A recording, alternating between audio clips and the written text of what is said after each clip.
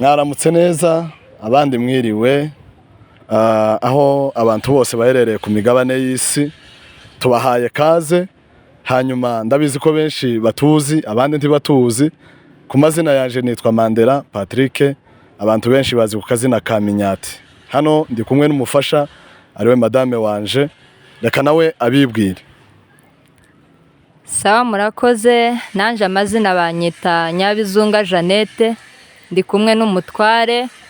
Rero twaje hano kuri channel yacu yitwa Mandela and Nyabizunga Family TV.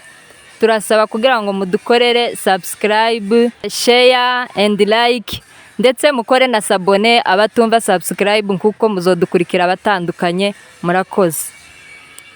Kuri no channel yacu rero tuzabashiriraho ibiganiro bitandukanye, cyane cyane ivuga butumwa, ubuhamya, indirimbo zo gushimisha, kuramya, guhimbaza, ndetse n'indirimbo zo muri okovu.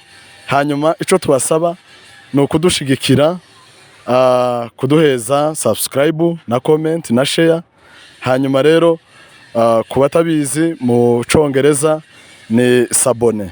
Murakoze cyane bene data, kandi natwe turabishimiye. Ni kaze rero kuri channel yacu, mugire ibihe byiza.